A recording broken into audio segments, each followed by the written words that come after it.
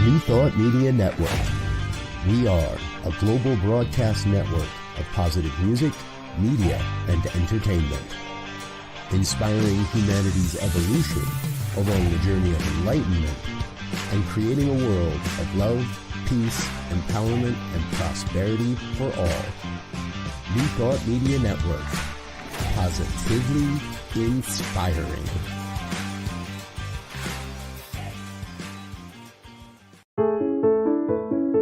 New Thought Media Network. We are a global broadcast network of positive music, media, and entertainment, inspiring humanity's evolution along the journey of enlightenment and creating a world of love, peace, empowerment, and prosperity for all. New Thought Media Network. Positively inspiring. New Thought Media Network is excited to present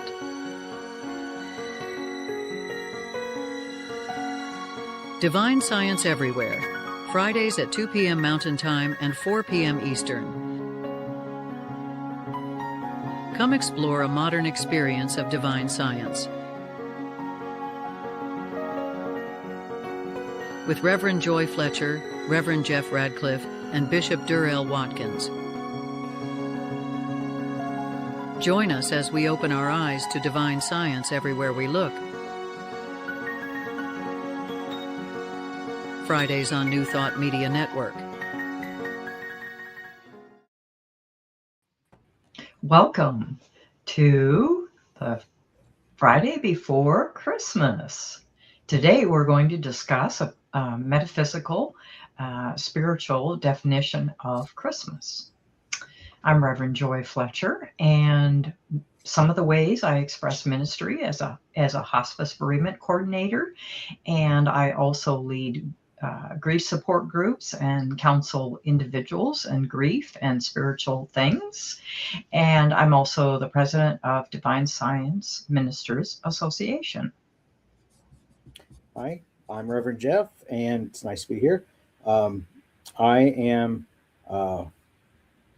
one of, I'm a co-host on two shows here on New Thought Media Network. I have my colleagues here with Divine Science Everywhere, and you'll find me again this evening with the Friday Fireside Chat with Reverend Michael Mangus. Online, you'll also find me on Facebook, Giotti Ministries, which is where I do a lot of my work and outreach to other people at that time as well. So look for me there. And I'm Durrell Watkins. I'm the senior minister of the Sunshine Cathedral in Fort Lauderdale, sunshinecathedral.org. And I am the current president of the Divine Science Federation. If you're in Fort Lauderdale on Christmas Eve, we have two services, 7 and 9. We'd love to see you at either one of those. And if you're not near us, you can still see us because that 9 o'clock service is going to be live streamed. So if you go to facebook.com/Sunshine Cathedral or youtube.com/Sunshine Cathedral at 9 o'clock Eastern, you'll be able to be part of our Christmas Eve service anyway. And we also are doing a Christmas Day service, noon Eastern. It'll be brief and not as big a extravaganza, but still something for Christmas Day. So you're welcome to any and all of that. And now we will go from extravaganza to contemplation as Reverend Joy leads us, as she always does, in our opening centering moments. Thank you. So in this moment, let's fully arrive in this moment, be fully present. This time of the year especially, there seems to be so much hustle and bustle and things to take care of and lists to check off and etc. that sometimes we neglect to experience the peace and the hope of this season. We forget to focus on the light and the love. So in this moment right now, let us focus on the spiritual gifts of this season. In the Gospel of Luke, we hear the words The Holy Spirit shall come upon thee, and the power of the highest shall overshadow thee. That's not an external event. It's what happens within us when we turn our attention to the light. This Christ child that we recognize during this season also is that Christ consciousness that indwells within each and every one of us, whether we know it or not. And yet, we have this opportunity to acknowledge that. It is a special, special time, a very sacred time, a time to give ourselves the true gifts of the season: hope, light, love, and peace.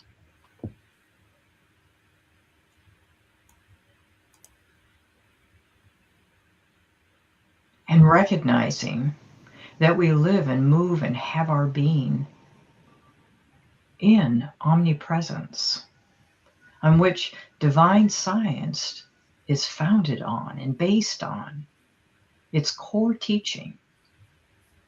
And this omnipresence, again, expresses itself as the gift of light, love, hope, and peace.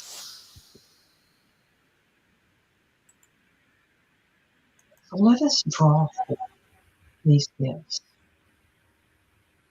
Experience them right now in our minds and in our bodies and our emotions.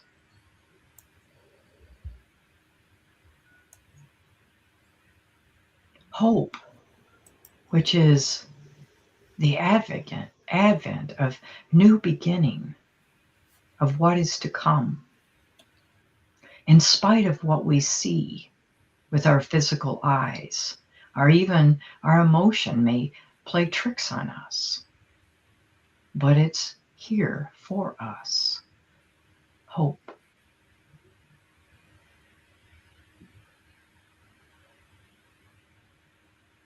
And this love that's unconditional, constant. We don't need to do anything to earn this love. It is our very essence. For we are each a divine being expressing through a human body.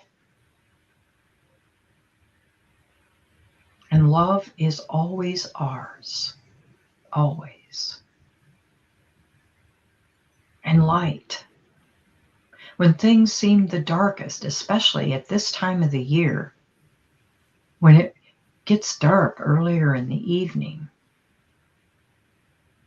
and there are fewer hours of daylight, how beautiful to have this symbol, this recognition of light that is here for us, as us, through us. Light that illuminates our mind, our body, our emotions. Let there be light.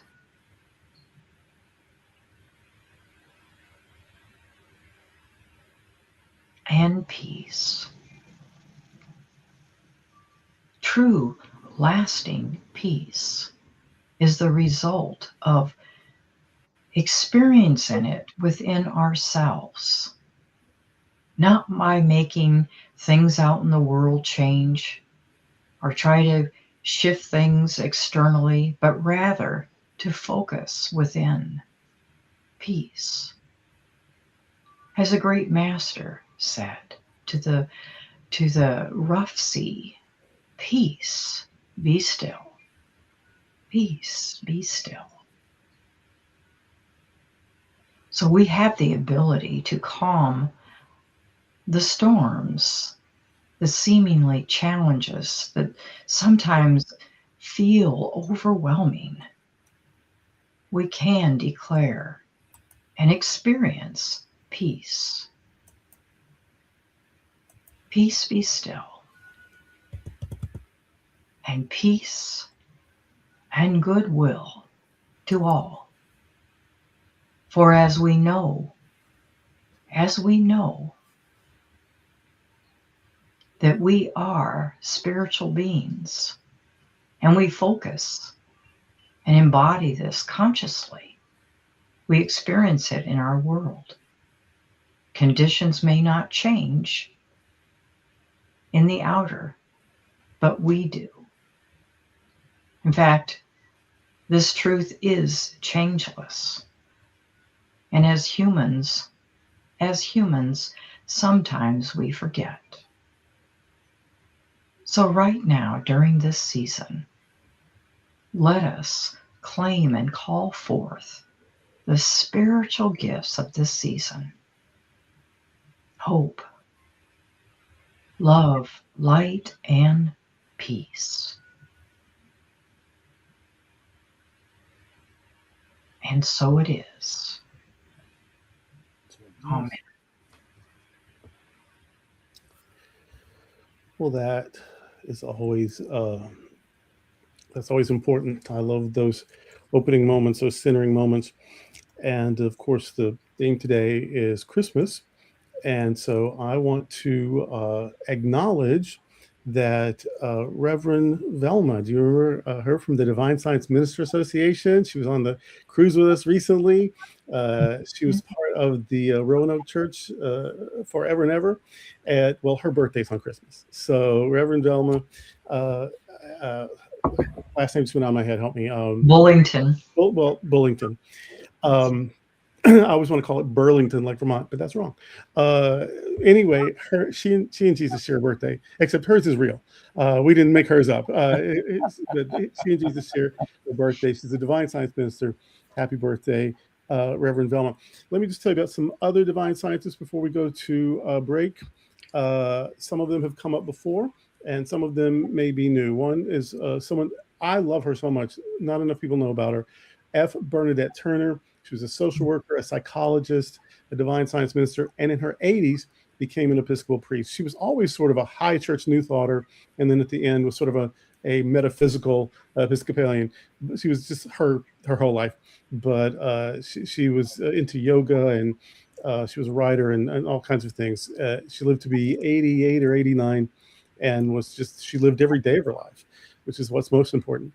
So that's F. Bernadette Turner, Divine Scientist. Fanny Brooks James, she's one of the Brooks sisters, one of the pioneers of the Divine Science movement.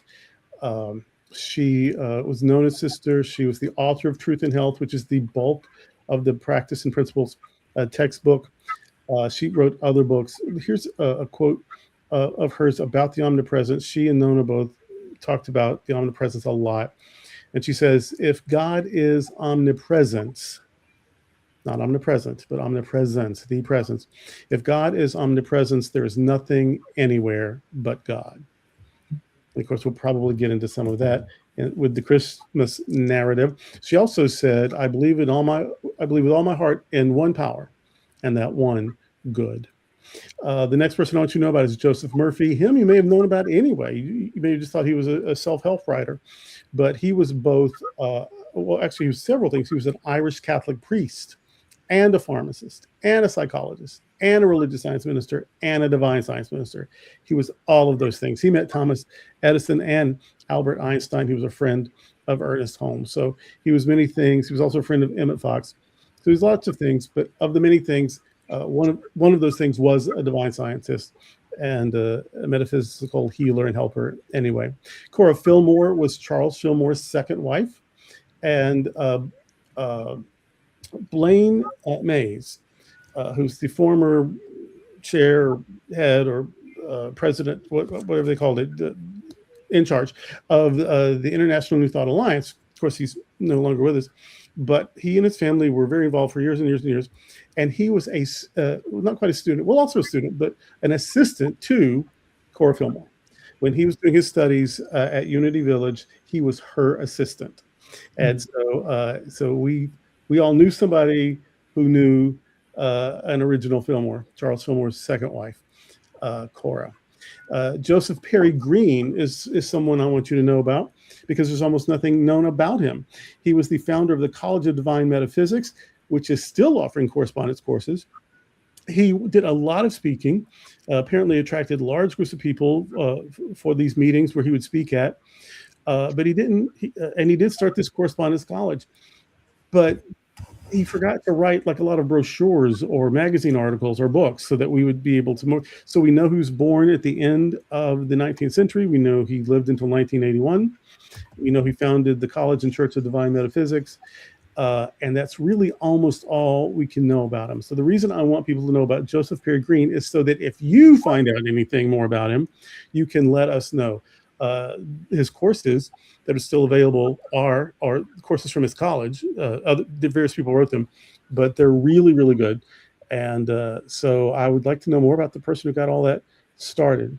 And then finally, Claude Bristol. Claude Bristol gets lumped into the mind science or positive thinking crowd, but his principles are clearly and firmly New Thought. And he didn't find them with some miraculous healing or growing up in a religious thing that took another turn.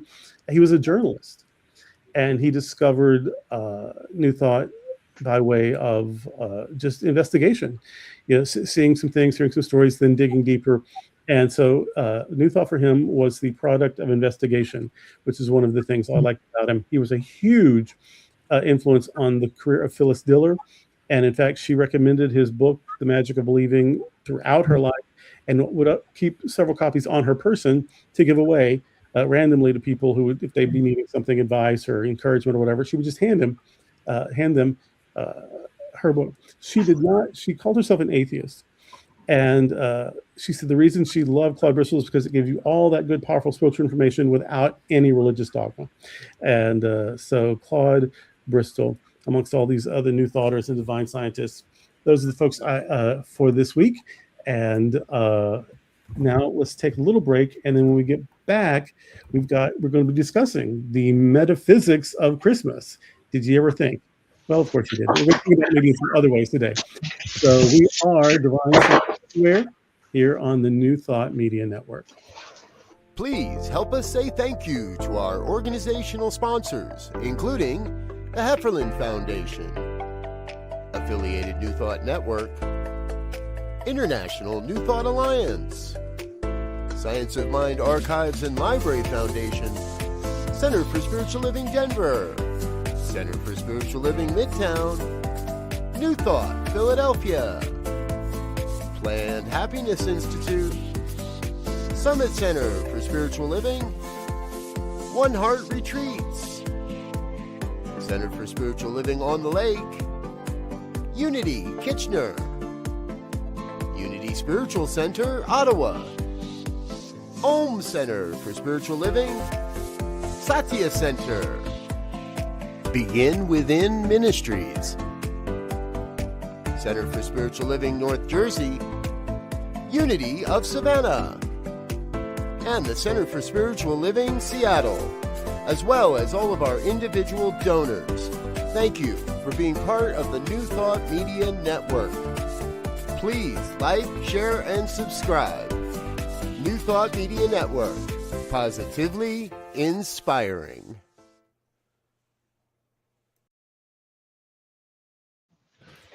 Okay, welcome back. We're back.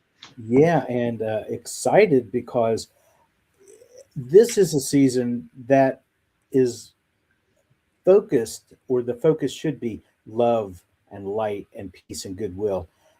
There are other aspects of the holiday season which don't really resonate with a lot of people. They don't sit well with them because they think that it takes away from the Christianity part of it.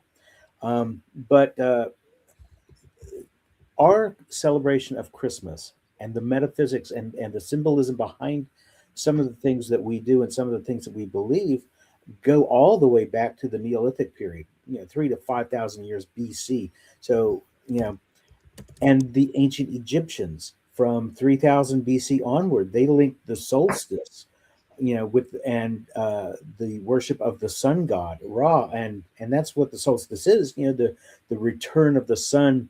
We're seeing the darkness start to lessen a little each day after that.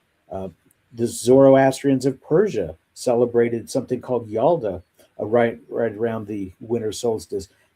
Again, celebrating the victory of light over darkness. The ancient Romans had Saturnalia, and we picked up a few things from the Romans.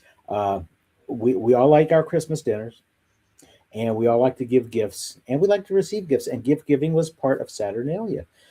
In Scandinavia, the Norse celebrated Yule with bonfires and feasts to welcome the sun back. Modern pagan and neo-pagan traditions like Wicca and Druidry also draw on Yule as a festival of light and renewal. And in East Asia, there is a celebration called Dongji, which is the winter solstice festival.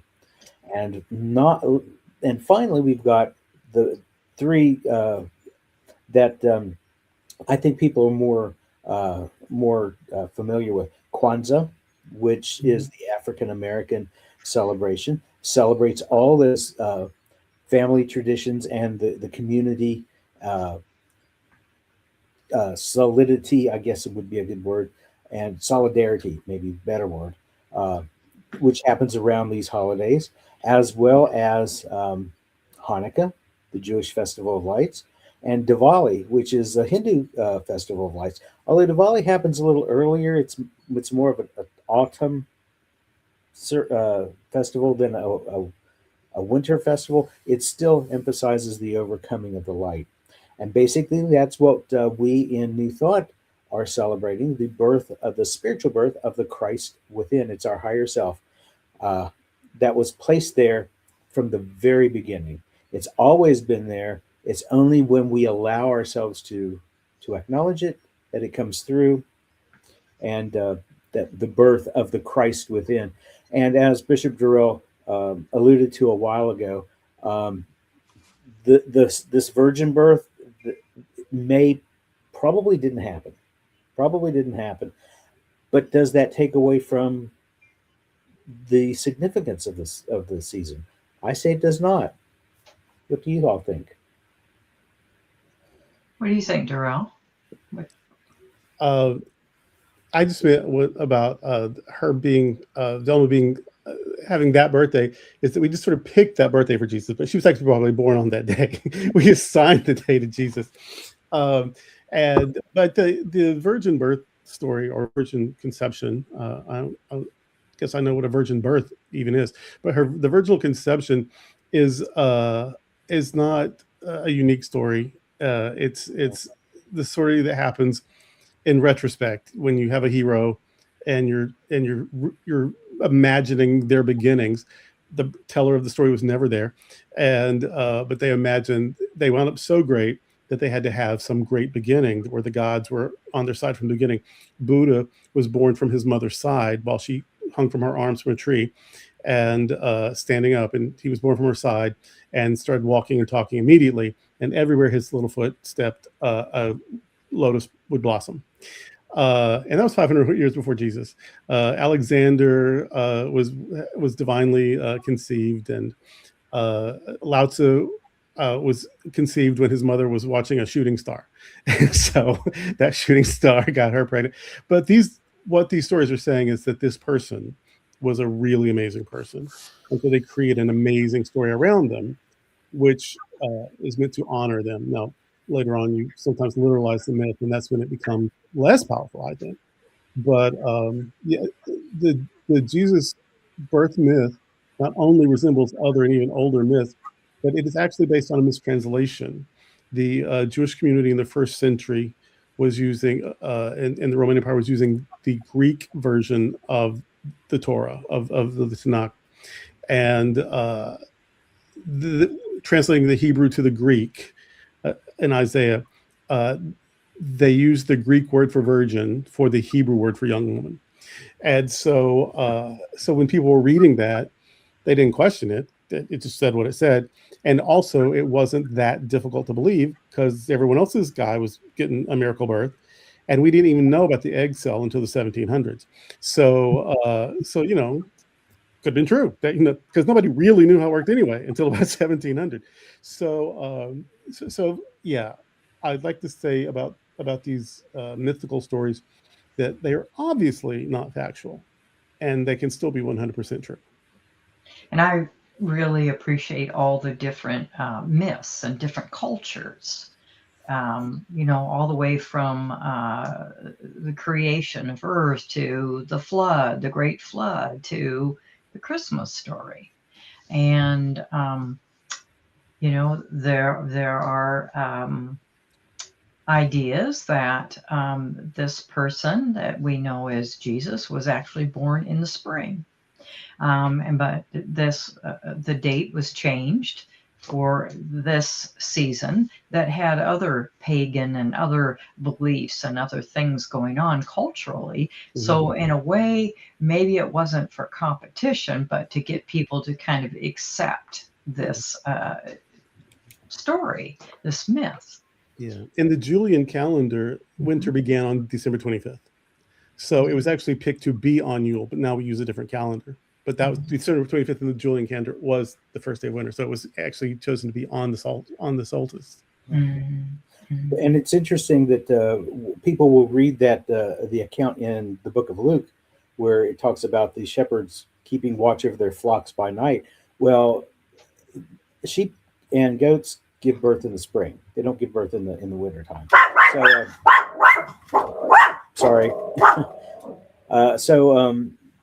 So there's that, and the fact that we can borrow from that idea though, and translate it into something that we can, now 3,000-4,000 years later can take, just like the Yule log became the Christmas tree, and we're giving gifts and we're feasting and the light, just the symbolism of it all.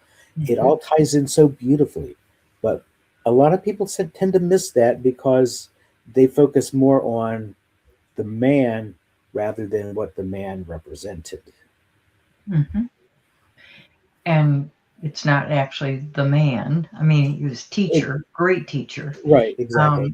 And rabbi and so forth. And but it's that Christ consciousness. Yes. Yeah. And the idea of being born in a very humble setting, and maybe a difficult beginning could be very metaphoric for us too. That sometimes it seems like we were born in or we experienced a great deal of adverse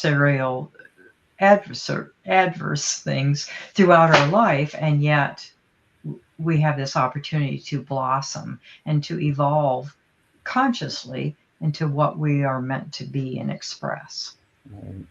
Mm-hmm. Christmas as the spiritual birth of the Christ, although Christ consciousness is the reason for the season, doesn't have the ring that Jesus is the reason for the season. But the fact is, we are not celebrating the birth of Jesus himself so much more as we are celebrating that spiritual birth of that Christ consciousness within us. It's existed in us from, like I said, from the very beginning. Even John, Jesus said in the book of John, before Abraham was, I am. And he wasn't speaking of himself as Jesus, the man. He was speaking of the Christ consciousness that he had come into. Yeah, our spiritual name, I am. Exactly. Mm-hmm. Ada B. Fay wrote a book, the only book I know about that she wrote, the Divine Science Bible Textbook. Mm-hmm. And she says in that about the birth of Jesus, there's something higher than the mystery of Jesus's birth. Imagine someone today becoming conscious that all life is divine. Mary seems to be the first to whom this divine revelation came. It came within her own consciousness that the Holy Ghost's divine illumination should come to her. The first necessity of all creation is light. The first creative word was, let there be light. Every child is a creation, a divine creation. Divine illumination came to Mary's inmost consciousness. First the light, understanding, inward illumination. Then next, the power of the highest shall overshadow thee. The birth of Jesus was a natural birth, and Mary was the first who perceived the divinity of it. Jesus had no advantage over us from God, but from his mother. Mary was a consecrated soul. The divinity is what is born of God, and that means every child. Mm. Divine scientist Ada B. Fay. Wonderful, wonderful. And isn't it something that when we see a new baby, we just get all in awe, and wouldn't it be wonderful if we saw each other with awe, because we are, as I've heard it said by one of my mentors years ago, is that we're all children grown tall. And, that Christ-like consciousness is within us, that childlike consciousness. But sometimes we allow layers of life experiences and things to kind of cloud that. And according to Unity's Metaphysical Bible Dictionary, Mary is the receptive soul willing to embody divine idea. So that's really meaningful. And Jeff, you talked about the story about Elizabeth and Mary. Do you want to share that? About how when Mary visited Elizabeth. Oh yeah, we had this private discussion about Yes, this. we did. Sorry. Yeah. Elizabeth was Mary's cousin, I believe, and when Mary visited her, and she had already been quickened by the Spirit, as they say, and was carrying the baby. Elizabeth was also pregnant, and Elizabeth was going to eventually give birth to the man that we know as John the Baptist. So John the Baptist and Jesus were supposedly cousins. But when Mary visited Elizabeth, Elizabeth felt the baby jump in her womb because the baby recognized that this other being coming was going to be the one who brought the consciousness of being a light being to the rest of us. Mm-hmm. Mm-hmm. And every person, place, and thing, and individual, and in the biblical stories are really an aspect of our spiritual development or evolving. Mm-hmm. So as we hear these stories, they relate to us, our spiritual journey. That is a Neville Goddard truism. One of the other metaphysical teachers that we can't. I don't think any of the New Thought traditions can lay claim to him, but we all do anyway because we all draw on him for a lot of his thing. And he mentioned that everybody in the Bible is an aspect of each of us. Yes, yes, yes. And Elizabeth and her husband Zacharias, who was a priest, were barren for years, and then eventually they were gifted with the child John. And according to the Bible dictionary, Elizabeth represents the soul in the feminine or love consciousness, and Zacharias is spiritual understanding and into our consciousness. So what a wonderful example of how we have inherent within us that love consciousness, as well as the ability to recognize and step into a deeper spiritual consciousness and give birth to a child, a new idea, a new creation, a new experience in our lives, a new beginning. That's enough to make the angels sing. Which, according to the biblical account, they did. It was a song of praise to the universe, to God on high, for bringing that light into the world, and that's awesome. Angels are typically seen metaphysically as divine messengers. They're actually messages from the divine mind, and if you're getting good messages, you're getting good angels. If you're getting not so good messages, then you need to pay a little closer attention, because those aren't what you think they are. They're probably yourself. But to hear the angels, to hear that positive message from divine mind into our own finite use of divine mind, what an awesome thing. Mhm. Absolutely. Absolutely. There is an old tradition of the family the couple who can't have a family, and they pray, and God intervenes. From Hannah and Samuel in the book of Samuel to Mm. Elizabeth, but also in a book called the Proto-Evangelium of James. It's a text that didn't make it into the Bible, but a lot of our myths that aren't in the Bible that we know about anyway, though, come from the Proto-Evangelium of James. Mm. And in that their birth narrative, Anna and Joachim, Mary's parents, are in that same situation, and Anna prays, and an angel visits, and then she has a miracle baby and names her Mary, and so it goes back to show this this sort of trajectory. I mean, this history, this lineage of, we think what we want is beyond us, but when we're able to let go and let God, as it were, then almost nothing is impossible. That great things happen, great breakthroughs. We give birth to new ideas, or new situations, or new perspectives, or whatever.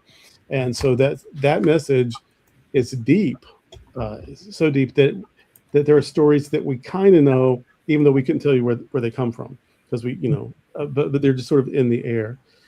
But what I love about them the most is, I mean, if you just do it from a historical perspective, then that's very good and useful too. I mean, you've got homelessness, you've got unexpected pregnancies, you've got refugees. So you've got these stories that mirror life in almost every age, Yes. and so that's encouraging. But then if you break down every word and image as if it were a symbol, which of course is what the New Thought people did, and Emanuel Swedenborg before him, and some of the Jewish philosophers before that, then you see the end is full. Well, you can't pour any more tea into a full cup. When your mind is full, you think you know it all. There's no room in the end for any new ideas, for any new miracles. But a baby born in a manger, a feeding trough, that no matter how humble the beginnings, no matter how difficult the situation, there's not a spot where God is not. And so a miracle can come right out of a feeding trough. And so all of these things, that when they're looked at in that way, each symbol almost tells its own story. Mary is a word that can mean bitter, or it can mean lady, or it can mean star. And that's true for all of us, is that none of us is just one thing. And when our consciousness is in one direction, we're maybe more bitter. And when it's in another direction, maybe we're bright and guiding like a star. The star that the Magi follow, until 550 or so, well into the 6th century, people believed that stars were entities, living, thinking, almost divine beings. And some equated them with angels. And it wasn't until a church council in the 500s that said, no, stars are just stars. But for a long time before that, so this idea of a star guiding people and telling them some divine message, not only were they astrologers, and they're looking for that anyway, but that would have been a hard sell when people just assumed they were angels or deities anyway. And so this idea that there is illumination that we can find and follow whoever we are. And then these astrologers from Zoroastrian countries finding the Jewish baby that Christians will later use as their faith symbol. It's the most interfaith, inclusive, of showing you that the Christ idea, the Christ light, the Buddha nature, the divine idea, the Atman, nobody owns it. It's part of everyone. It is the I of I am. It is the I amness of everybody. And so these stories, there's the myth part, which is fun, and there's the historical part, which history repeats itself, so it can be very useful. But then there's the metaphysical part, where every single thing can mean something, and that makes it so rich that you can read it 1,000 times and get 1,000 new lessons out of it, which I think is what is one of the great gifts of metaphysical interpretation of Scripture. Yes, yes. And the idea that something beautiful is born in, like you said, a feeding trough, something so humble like that, where what a wonderful example of sometimes when things look really desperate and we open one door and that gets slammed and so forth and so on. And then finally, when it's time, that consciousness, the Christ consciousness, the light is revealed, you know, and not always in the same way that you think it's going to happen. Yeah. There's a bit in I think it's the Matthew version, where Matthew gives Jesus a name. He gives him the name Jesus. A child born without a father would have been sort of nameless. And so that Joseph gives him a name, and it shows you, and of course there's all these rumors, like, well, how is she pregnant? Did they just lose control one night, the two of them, they couldn't wait till the wedding date? Or did she cheat on him? Or was she assaulted? Or was it true that God just somehow did a thing unlike what God usually does? Whichever the story was, her baby was not her husband's. Even if it was her man's, it wasn't her husband's. You know what I mean? Yes. So there's this controversy, and it could have gotten her in a lot of trouble. And so for Joseph to Joseph called him his son. Jesus called him a name. Joseph gave him respectability and safety, and that shows you that things become what we call them. That we get to name something, that we get to decide it's good or has potential or can be used in a wonderful way. We get to name it, and then it becomes the good that we've claimed. So yeah, just every single thing can have a practical application, which is why our movement used to be called Practical Christianity. Yes. I really like that, what you said about we can name it or whatever we want. And yeah, we can name it whatever we want. Which actually Joseph did. Yes. Because the thing is, call him Emmanuel. He's like, okay, he's Jesus. He called him what he wanted. He never did name him Emmanuel. And husbands and wives have been fighting over baby names ever since. I know my former wife and I had that same chat with our son. So yeah, it was a compromise. So, but isn't this the great part about the metaphysics of the whole thing? Is we're looking for the great cause behind the symbols that we're looking at, the things that are being presented to our physical eyes, and to find all those different ties and the different connections from cultures all over the world, and how they can all tie in together. Yes. I love that because that definitely feels like oneness to me. Yeah. No belief is superior over the other. You know, it's all about love and omnipresence and being a gift to each other, to ourselves and to each other as well. Because we all have something to contribute. Every society, every myth, everything has something to contribute for our growth, our spiritual growth. I saw a meme the other day which got me to thinking. It said each of us is an innkeeper who decides if there's room. I think that I would have maybe tweaked that a little bit if I'd been the one making the meme, to decide if there's room for us to accept.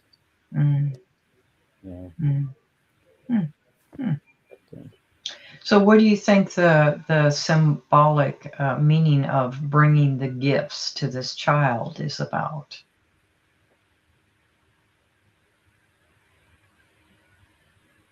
Well, we all have something to give. We all have blessings to offer. Right. And people have something to give to us. These are people from a different language, a different religion, a different part of the world. supposedly a different class system. We've sort of made too much of the wealthy royalty business, but that these are very different people. But the people you see as different have gifts to share with you. That they are themselves the gift. Of course, the gifts represent things. Incense represents prayer, and gold is abundance, and myrrh was used medicinally, so it's healing. So there's all of those levels. But just that we all have something to give, and everyone has something for us. We all can learn and receive something from even those that we think are the most different from us. And we also have something to give. And even those that could appear to be adversaries or challenging, there's a gift there too. Don't always recognize it, and I'll admit that sometimes that's true for me. A Course in Miracles says your enemy is your teacher. Yes. That's not the first thing. I mean, other people said that. That's just what came to mind. Yes. The Course says it too. And unfortunately, though, in today's society, it's the idea of gift giving. It has become very materialistic, and sense of obligation that you have to extend a gift. I'm very, very touched by the Christmas Carol, the Drummer Boy. I love that.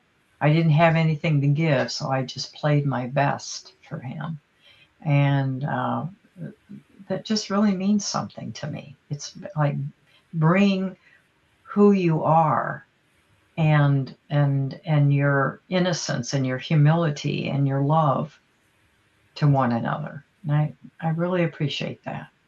I flashed on that story also, and then it immediately jumped to the story, the parable of the widow who went to the temple, and she was poor, but she gave her last 2 mites, the tiniest little coins in the land, but she gave it, and she gave it freely because that's what she had, and it was in her heart to do.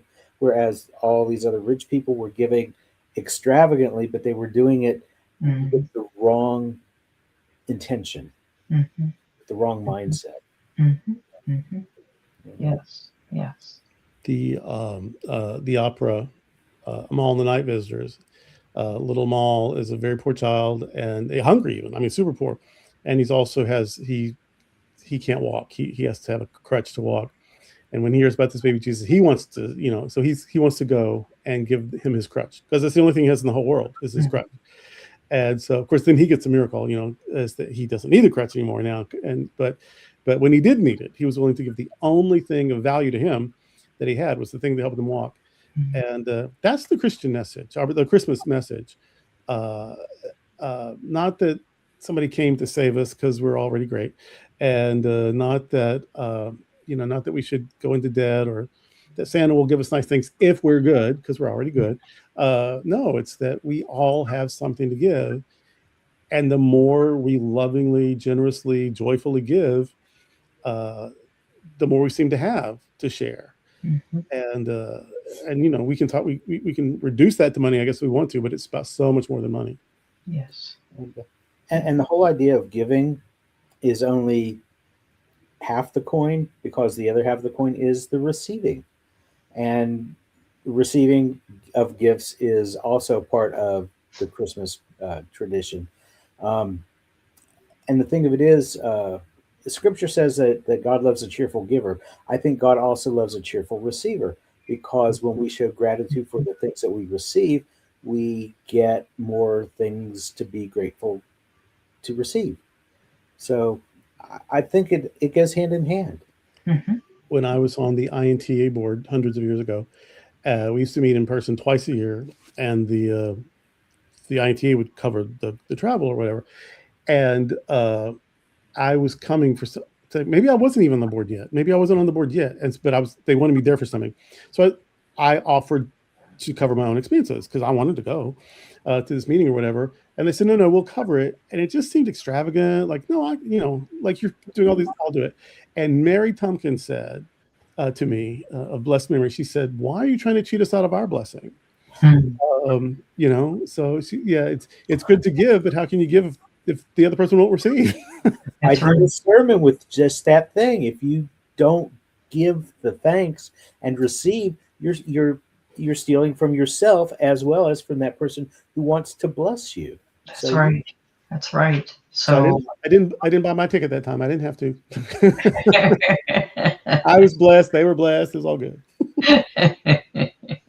and that's what it's all about. Right, right. Well, Ah, I try to hand it to you to start wrapping it up at about 4:53, but it's only 4:51. So if you got more, well, I just really appreciate this sacred season. And I know that I really appreciate myself, the gift of time and experiences with those I hold dear rather than the material gift or having to buy a gift or even a card, but rather just being present with my dear ones. yeah. And I really appreciate that the season um, is a good reminder to focus on that of what's really important. Yeah. Food is my love language, uh, and also my drug of choice. But food is my love language, and so if I want, if I have decided to make dinner for you or whatever, your gift to me is showing up. That I mean, you can bring a bottle of wine if you want to or whatever, but no, I love doing it and I love sharing it. So it's actually a great gift to me for you just to come and eat my food. And so we have so much to give, we don't even know it. Like, who would have thought just showing up somewhere to Yes. eat would be a gift? But it is, or it can be. Yeah. The company, your time, your presence, being fully present, listening to one another and sharing, and yeah. I tell people at church all the time, we're better because you were here. Yeah. That's nice. That's really, really nice. Well, super. Well, it is just seconds from 4:53, so why don't you just take it anyhow? Just take it early and wrap us up. All Oh wait, right. no, we need a commercial, don't we? I was just going to say that. Oh my gosh, don't wrap up nothing. I think we talked to the commercial break. Hey everybody, this is Divine Science Everywhere on the New Thought Media Network.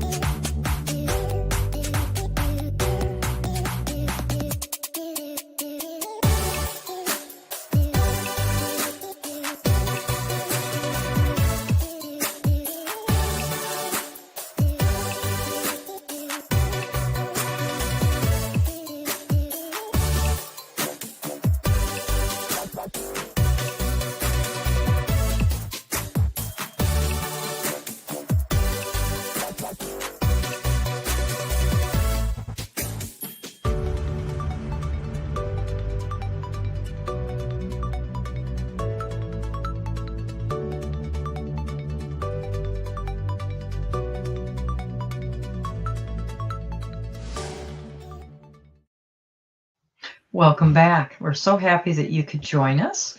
And please like and share today's episode and past episodes, and just keep coming back. Next week, we have a replay, and Reverend Dr. Raymond Anderson is our guest. He was with us last spring, and you'll enjoy that. And the following week, on January 2nd, which is the day after my birthday, we are going to talk, the hosts, about new beginnings. And then on the 9th, we have a special guest, Bishop Robert Griffith. Do you want to say anything about him, Durrell? He's on, but most importantly, he's my husband. That's who he is. But he's a bishop, and he's the executive minister at our church, and he's on all kinds of justice councils all over the world. Really, he's pretty amazing. But you'll hear that yourself in the new year. Looking forward to that. And then on the 16th, Nancy Stokes, and she is a divine science minister. So I'm sure that we're going to have a good time. Just keep coming back, and we have lots of great things planned for this next year. So until next time, remember, this is Divine Science Everywhere on New Thought Media Network. And remember that omnipresence is in all, through all, and as all. Man.